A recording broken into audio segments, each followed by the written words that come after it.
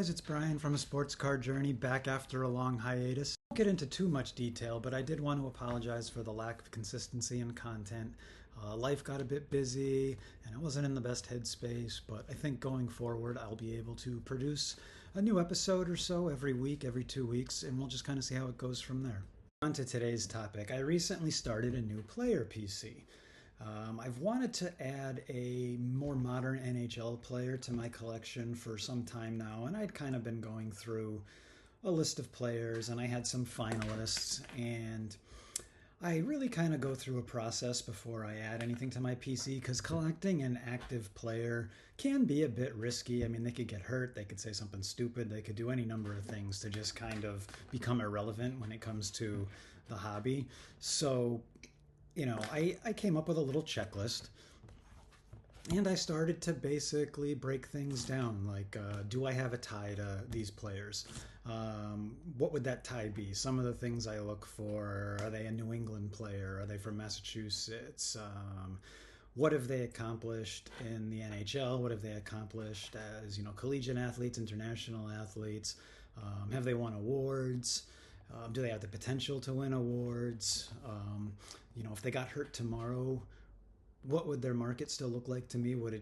Have I seen enough from that player to want to remember him down the road? Kind of things like that. Another thing I look for is affordability in this modern player because, I'd love to just say I'm going to go collect Connor McDavid, but the cards that I'm interested in for Connor McDavid are ridiculously expensive, and some of them I've never even seen in hand. So I don't even know if I would like them in hand. So when I say affordability, yes, I want to be able to afford the card in the budget, that I set aside. But it also gives me the opportunity to take a few chances on some cards that I wouldn't be able to just jump into in a McDavid or a Crosby or someone like that. I want someone where I can, hey, this is a high-end card. Let me see what it looks like. And now I have some of this player's best cards. And now I know which ones I like going forward if I ever want to add, a McDavid or something like that. So as I'm deliberating all of this in my head, I actually attended a birthday party for my 10-year-old nephew.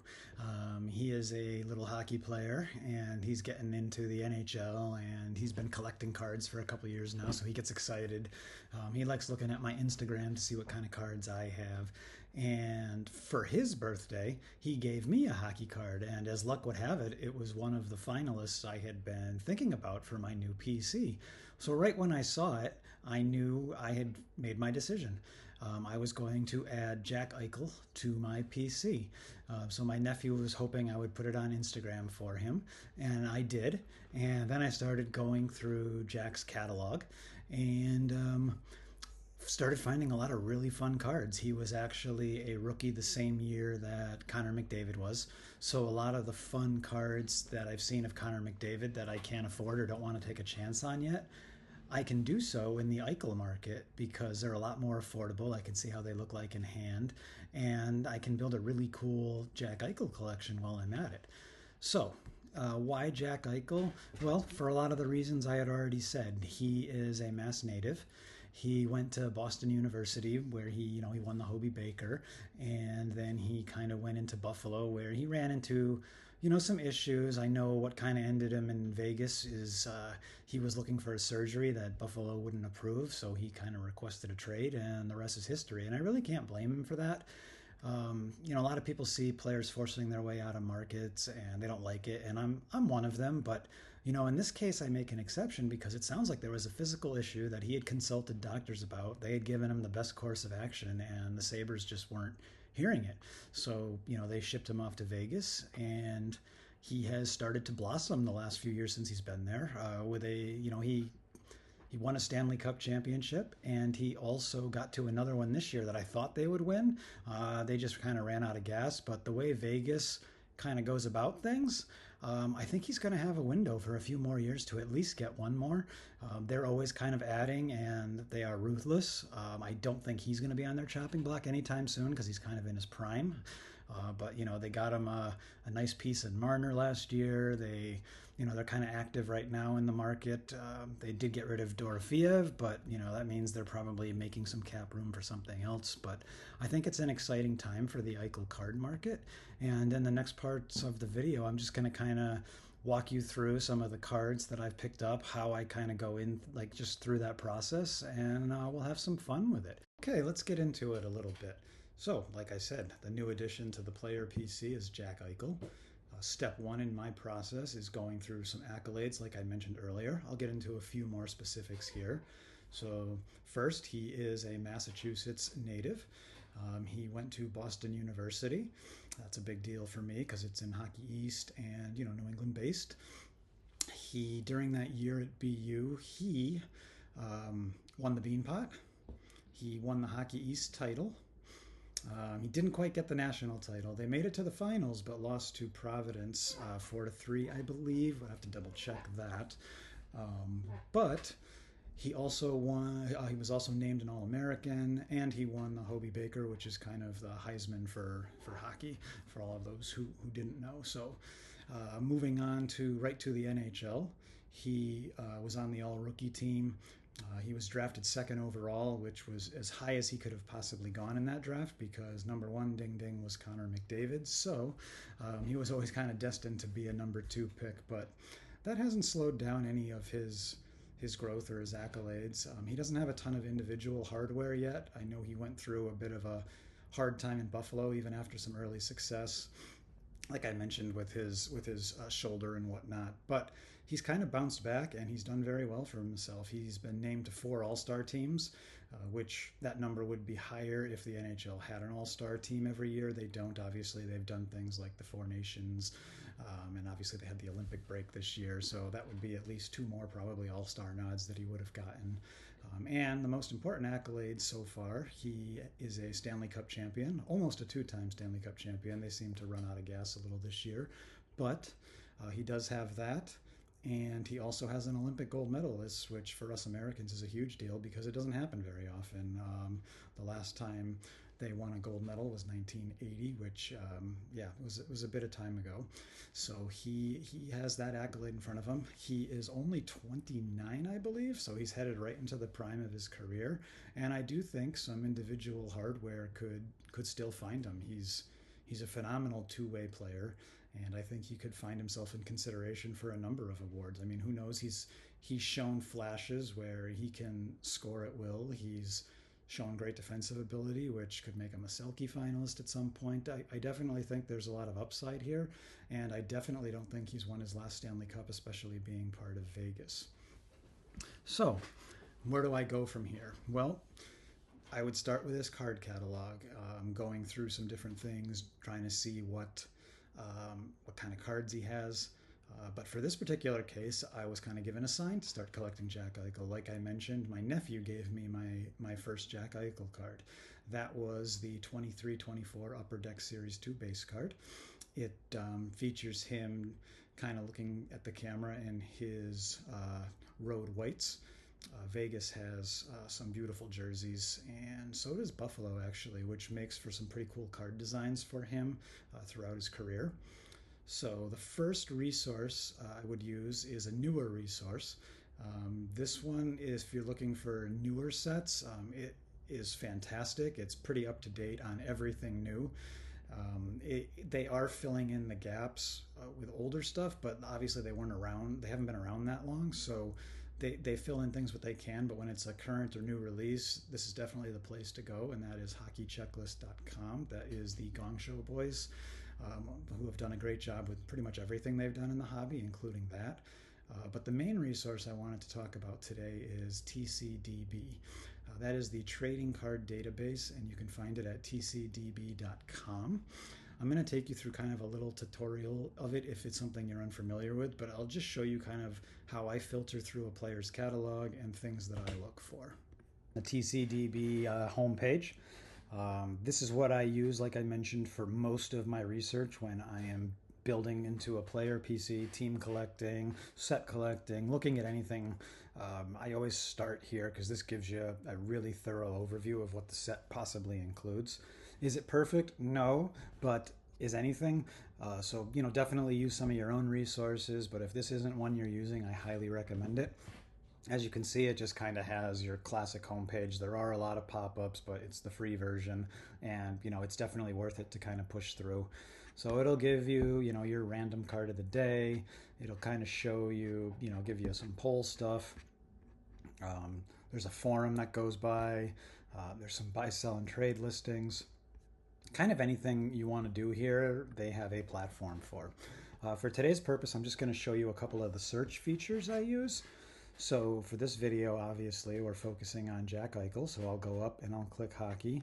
I will type in Jack Eichel into the search and pops up with some results. Just make sure this is the player you want. Sometimes there's guys with the same name, so obviously that's there. So then it brings you to Jack's landing page. Tells you a little bit of history about him, where he's currently playing, how many total hockey cards he has. And as you go down, you can kind of see the different things it offers. It gives you, like I said, the overview, the cards, filters, some picture galleries, things like that, years he plays, an overview of his card market, and kind of anything in between. For today, we are going to go to cards. And as I mentioned, he's got 5,600 of them. So if you just go to cards, this is going to take you from his first card, which you can see him in his BU jersey, all the way to the modern day. So that's a little bit too broad for us. So what I'll do is I'll go to filters. And let's say that I want to look at Jack Eichel rookie stuff. So I will just go to teams, narrow it down that way, and go to Buffalo Sabres. There is a way to look for rookies, but I don't like to use it because you have to say it designates the RC, and if there's some rookie cards that don't have it, it may not show up. So I just want to start where I know he started his career, kind of go from there. The only other thing I use on this page is brands. Everything else goes into a bit too much detail, and I don't want to be that specific. I want to kind of see the whole offering. So I'll click on old brands, and then I'll go down to something that interests me. So in this case, the first thing that pops up that really interests me for his rookie year would be Fleer Showcase. I'll apply that filter and kind of see what it brings me. Okay, so we've got 30 cards, instantly down from over 5,000. So his rookie year, 2015-16, you can kind of start to see some of the offerings it has. You'll notice some of them have pictures, some of them don't. If it doesn't have a picture, it's not too hard to find one. Just go to the link, click on it, and it'll give you a picture of the card in that set. If you want to see it further, there's a link to eBay.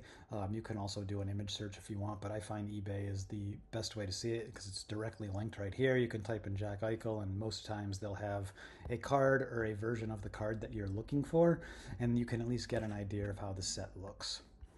All right, so we'll go back. All right, so now it's just kind of a browse game. What kind of speaks to you? So if I'm going through this, I'm just kind of scrolling down. Oh, look, we've got Metal Universe in Fleer Showcase. So I'm a big Metal Universe fan, so I'm going to start to look at some PMGs. And what do you know? Here they are. So in the 15-16 year, there was the blue out of 50, the green out of 10, the purple out of 5, and the red out of 150. So we're going to look at the red today. You can see two nice pictures of it. Click on here. You can kind of zoom in on the design itself if you want to, just to see what it looks like, to see if there's any sort of blemishes on it that you can compare to another picture.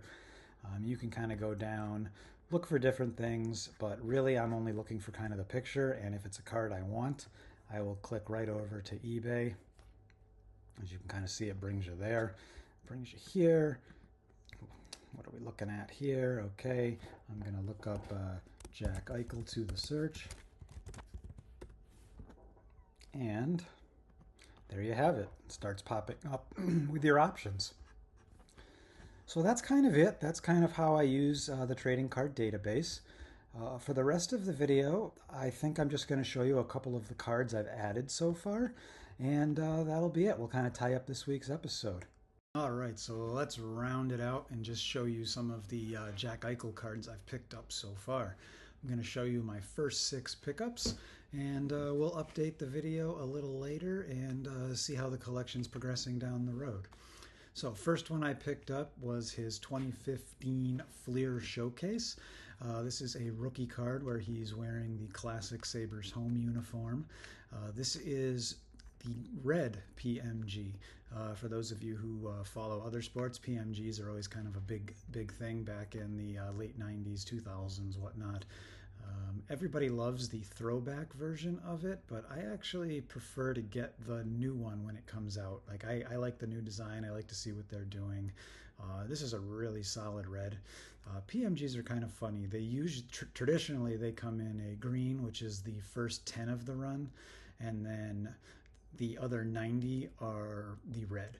This year I think might have been a little bit different. It might have used the same numbering system, but they also had this red, which is listed out of 100, which is usually 90.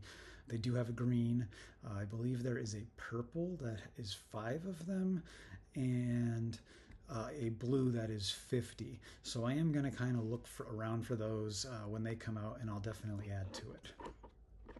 Okay, the next one is actually from the same Fleer Showcase set, and this one is a Star Rubies Prospect out of 50.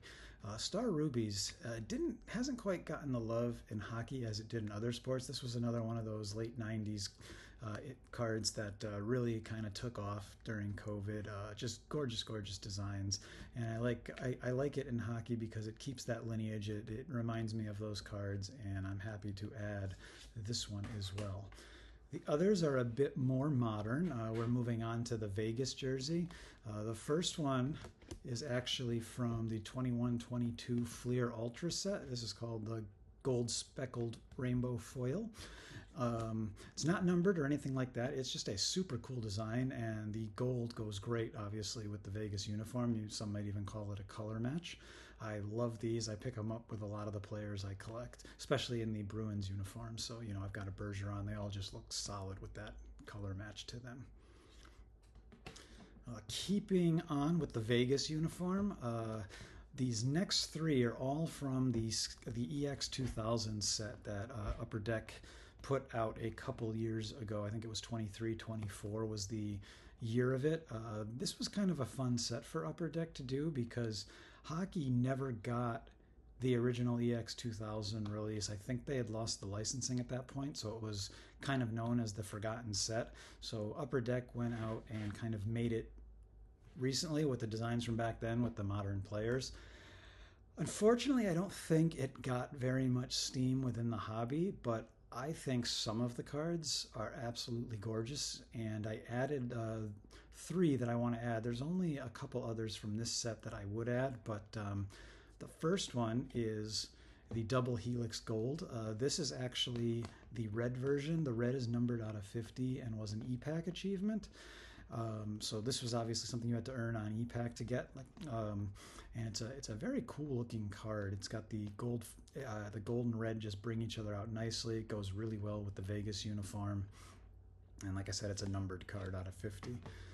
The second here is the gold version. The gold is not numbered, and I have nothing to back this up just based on the frequency I've seen them. I think the gold is actually a lot less common than the red. I would guess there's less than 50 copies of the gold for each player, but like I said, I don't have anything to base that on. Upper Deck doesn't do print runs like that, but I think the gold is absolutely stunning, especially with the gold helmet he's got on in it.